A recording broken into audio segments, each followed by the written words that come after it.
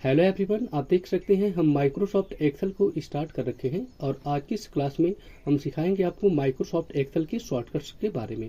सो आइए वीडियो को स्टार्ट करते हैं। ओके, सबसे पहला शॉर्टकट आप देख सकते हैं यहाँ पे है टेबल के लिए। यदि आप टेबल को बनाना चाहते हैं तो टेबल के लिए यहाँ पे शॉर्टकट दिया है Ctrl+T।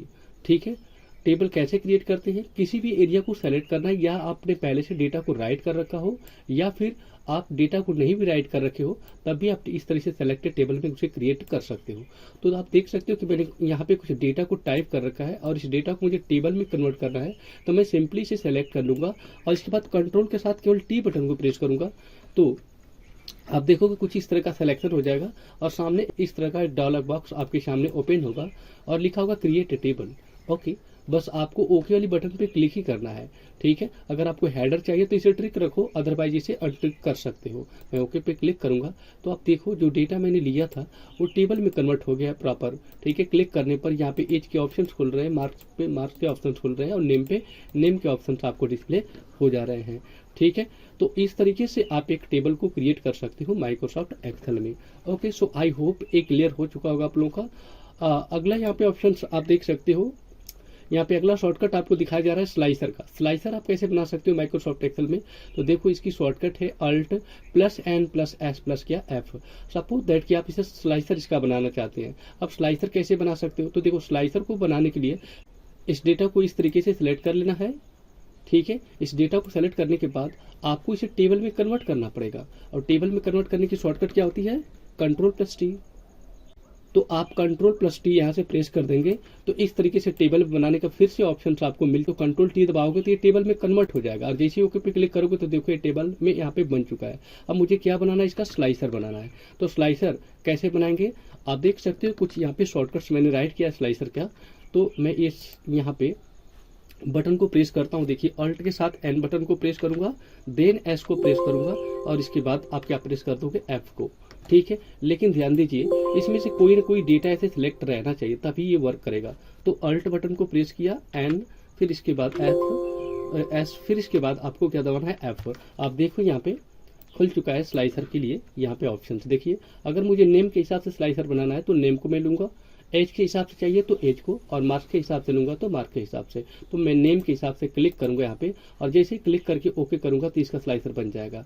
अगर एज के हिसाब से चाहिए तो एज को भी सेलेक्ट कर लो और जस्ट ओके पे क्लिक करते ही आप देखोगे कि दो स्लाइसर्स आपके यहाँ पे बन चुके हैं, एक नेम का और एक यहाँ पे एज का। अगर मैं आकाश पे क्लिक करूंगा तो आकाश का ही डेटा केवल यहाँ पे डिस्प्ले हो जाएगा। ये देखो क्लिक करते ही आकाश का डेटा केवल दिखा। मोनू पे क्लिक करूंगा तो मोनू का डेटा, मतलब एक एक का पार्टिकुलर डेटा आप यहाँ पे क्या कर सकते हो, देख सकते हो। ऑल का चाहिए आप क्लियर फिल्टर पे क्लिक कर दो, सारे का डेटा आ जाएगा यहाँ पे। एज के हिसाब से चाहिए कि 12 साल उम्र किस बच्चे की इसमें है तो क्लिक करो तो इसमें बताया कि दो लोगों की 12 जो है उम्र है, जैसे सोनू का और किसका, प्रेम का। ठीक है, तो इस तरीके से आप यहाँ पे डेटा को क्या कर सकते हो, देख सकते हो और स्लाइसर को क्रिएट कर सकते हैं। सो आई होप स्लाइसर भी क्लियर हो गया होगा। आइए टाइमलाइन के बारे में पढ़ते हैं। ठीक है, अब टाइमलाइन को बनाने के लिए आप ध्यान से देखो, यहाँ पे मैंने कुछ इस तरह का डेटा यहाँ पे राइट किया है। ओके, टाइमलाइन की शॉर्टकट आप देख सकते हो, यहाँ पे मैंने नीचे राइट किया है Alt+N+S+ क्या, टी। लेकिन अगर आप इस डेटा को टाइमलाइन में कन्वर्ट करना चाहते हो, ठीक है, तो सबसे पहले इसे क्या करना पड़ेगा, आपको यहाँ पे प्योर टेबल क्रिएट करना पड़ेगा। प्योर टेबल के लिए सिंपली आप इसे सेलेक्ट कर लो। ठीक है, और इसके बाद आप Alt+N+V बटन को प्रेस कर सकते हो। तो अल्ट को दबा रखा हूँ, एन को दबाऊंगा और वी को प्रेस कर दूंगा तो देख सकते हो इस डेटा को टेबल में कन्वर्ट करने का आपको, यानी कि पाइवट टेबल में कन्वर्ट करने का ऑप्शन मिल चुका है। मैं जैसे ही ओके वाली बटन पे क्लिक करूंगा ना, इधर देखिएगा कुछ ऑप्शन आपको खुल के मिल जाएंगे। ये देखो, इधर देखो प्योर टेबल को क्रिएट करने का ऑप्शन दे दिया है और इधर देखोगे तो प्योर टेबल के फील्ड्स आ चुके हैं। बस मैं नेम पे क्लिक करूंगा तो नेम का फील्ड वहाँ पे आ जाएगा, एज पे क्लिक करूंगा तो एज का, मार्क्स पे क्लिक करूंगा तो मार्क्स का, और डेट पे क्लिक कर दूंगा तो डेट का फील्ड आपको यहाँ पे मिल जाएगा। ठीक है, तो आप देख सकते हो कि यहाँ पे प्योर टेबल क्रिएट हो चुका है। अब मुझे क्या क्रिएट करना है, इसमें से टाइमलाइन को। आप देखो यहाँ पे मैंने क्या बताया है, टाइमलाइन। शॉर्टकट क्या है, Alt+N+S+ क्या, टी। तो लो मैं प्रेस करता हूँ यहाँ पे, आप ध्यान से देखिएगा, Alt+N+S+T।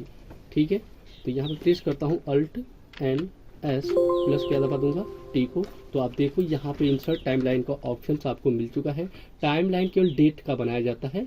ठीक है, तो आप यहाँ पे डेट को यहाँ पे सिलेक्ट कर लोगे और जस्ट ओके वाली बटन पे क्लिक करोगे तो आप देखोगे ये टाइमलाइन आपके सामने इस तरीके का बन के आप पास यहाँ पे मिल चुका है। अब इस टाइम लाइन में क्या है, ये पूरा का पूरा आपका हॉरिजेंटली इस तरीके से है, आप इसे स्क्रॉल कर सकते हो। अगर आपको जनवरी या अगस्त सितंबर किसी भी मंथ का अगर आपको डेटा देखना है तो बस क्लिक करोगे आप वहाँ पे, तो उस मंथ का डेटा आपको यहाँ पे क्या होगा, डिस्प्ले हो जाएगा। ठीक है, तो ये आपका टाइम लाइन जो आप माइक्रोसॉफ्ट एक्सेल में क्रिएट कर सकते हो शॉर्टकट्स की मदद से। ओके, सो आई होप आज की इस क्लास में बताए गए सारे शॉर्टकट्स आप लोग को समझ में आ चुके होंगे। सो वीडियो अच्छी लगी तो प्लीज़ चैनल को सब्सक्राइब कर दीजिएगा, साथ में बेल आइकन को हिट कर दीजिएगा। Okay, thanks for watching this video, see you in the next video.